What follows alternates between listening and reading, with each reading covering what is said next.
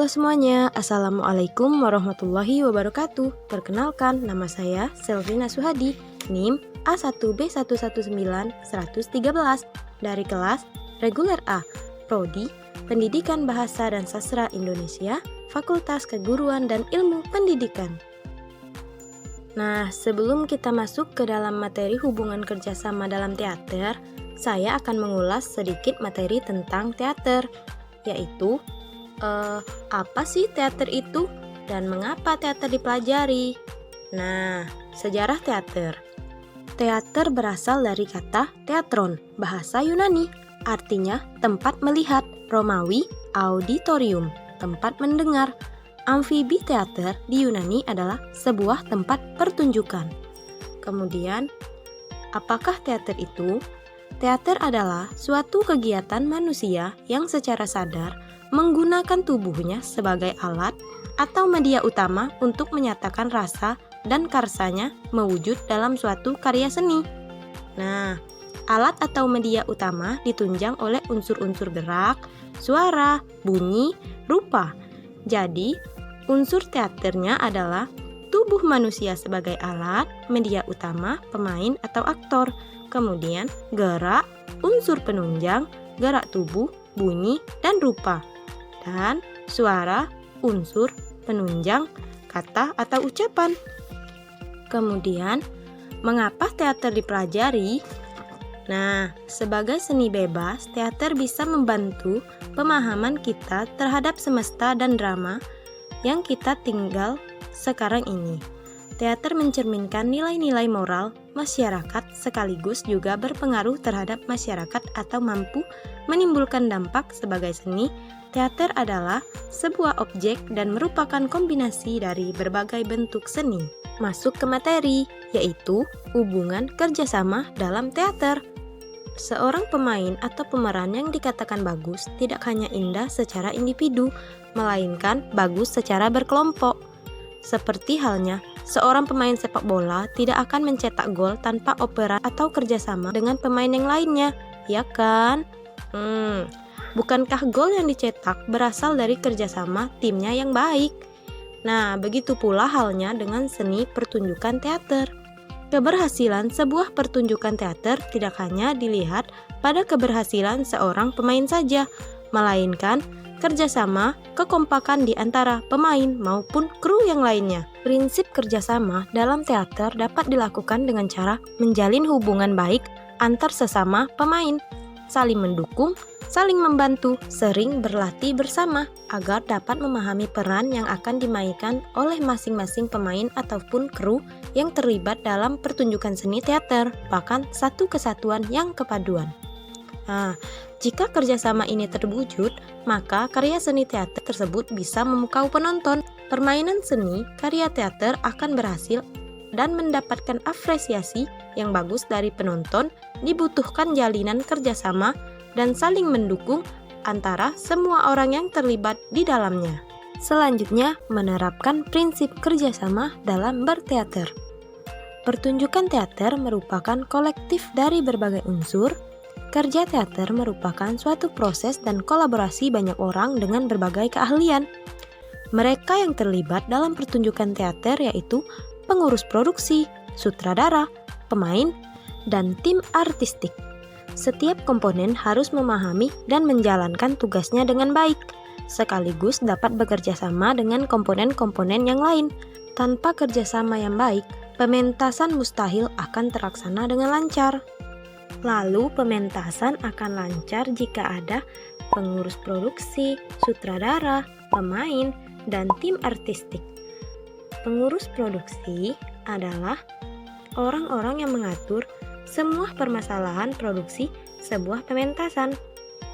Nah, pengurus produksi terdiri atas seorang pimpinan produksi yang membawakan beberapa orang, yaitu sekretaris, bendahara, seksi publikasi, karcis, dan bulket, pementasan program, dan pencarian gedung. Kemudian, sutradara. Sutradara merupakan orang yang mengordinasi segala unsur pementasan. Ia harus memahami teater, memiliki kecakapan, berdaya cerdas tinggi, serta pintar. Sutradara memiliki tugas sentral dalam pementasan. Sutradara tidak hanya memilih naskah dan mengurusi akting para pemain, tetapi juga mengurusi kebutuhan yang berhubungan dengan masalah artistik dan teknis. Sutradara harus memberi persetujuan terhadap tata musik, tata pentas, tata lampu atau cahaya, tata rias, kostum, dan sebagainya. Oleh karena itu, sutradara harus menguasai hal-hal yang berhubungan dengan segi artistik dan segi pementasan, meskipun pelaksanaannya dipercayakan kepada tim artistik. Kemudian, pemain. Pemain dapat disebut juga tulang punggung pementasan. Saat pementasan, pemainlah yang tampil langsung dengan penonton. Mereka menghadirkan tokoh-tokoh yang terdapat dalam naskah.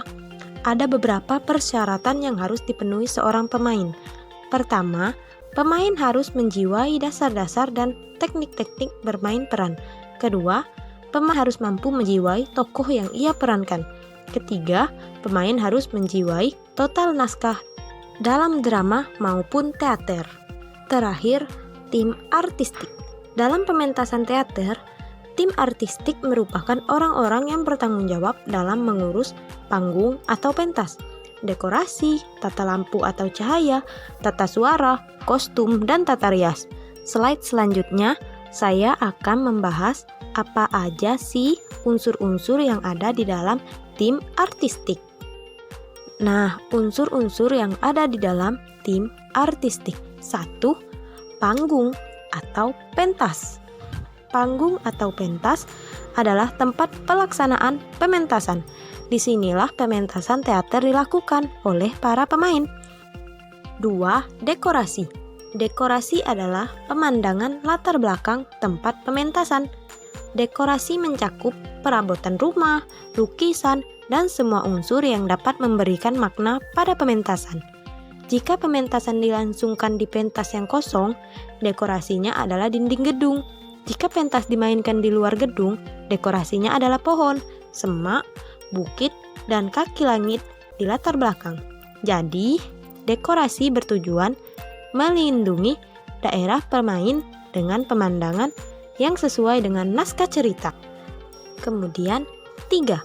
Tata lampu atau sinar. Dalam pementasan, lampu atau sinar memiliki beberapa fungsi tertentu. Tidak sekedar memberi penerangan, fungsi-fungsi tersebut adalah sebagai berikut. 1. Menerangi pentas dan aktor agar terlihat lebih jelas. 2. Memberikan efek alami dari waktu, yaitu jam, musim, cuaca, dan suasana. 3. Membantu melukis dekorasi dalam menambah nilai warna sehingga didapatkan efek sinar dan bayangan. 4. Membantu peran pemain dalam melambangkan maksud dengan memperkuat kejiwaan. 5. Mengekspresikan mood dan atmosfer naskah guna mengungkapkan gaya dan tema naskah. 6. Memberikan variasi sehingga adegan tidak statis. 4. Tata suara. Dalam pementasan, tata suara meliputi banyak hal, yaitu akustik ruangan, mikrofon, dialog, efek bunyi, dan musik. Akustik ruangan berkaitan dengan pemilihan gedung, mikrofon berhubungan dengan properti, dialog berkaitan dengan para pemain.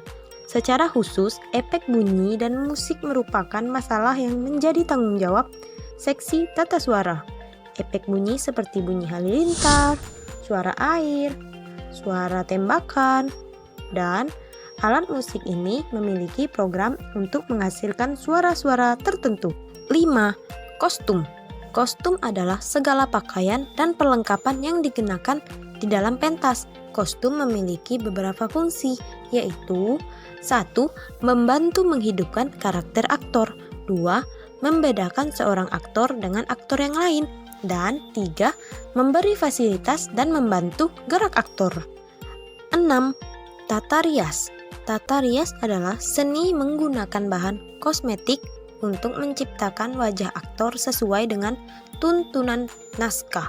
Tata rias harus memperhatikan pencahayaan dan jarak antara pentas dan penonton. Fungsi tata rias adalah sebagai berikut. 1. Merias tubuh aktor. 2. Mengatasi efek tata lampu yang kuat. 3. Membuat wajah, kepala, dan tubuh sesuai dengan peranan yang dikehendaki. slide terakhir, yaitu kerjasama untuk menyiapkan pertunjukan teater. Mengelola pementasan. Mengelola pementasan merupakan kegiatan perencanaan dan pengaturan serta koordinasi dengan berbagai pihak sebelum berlangsungnya pementasan. Jika berkaitan dengan dekorasi, segera lakukan pengecekan dengan seksi artistik. Jika berkaitan dengan bagian produksi, berkoordinasilah dengan teknisi panggung, teknisi suara, atau teknisi dekorasi.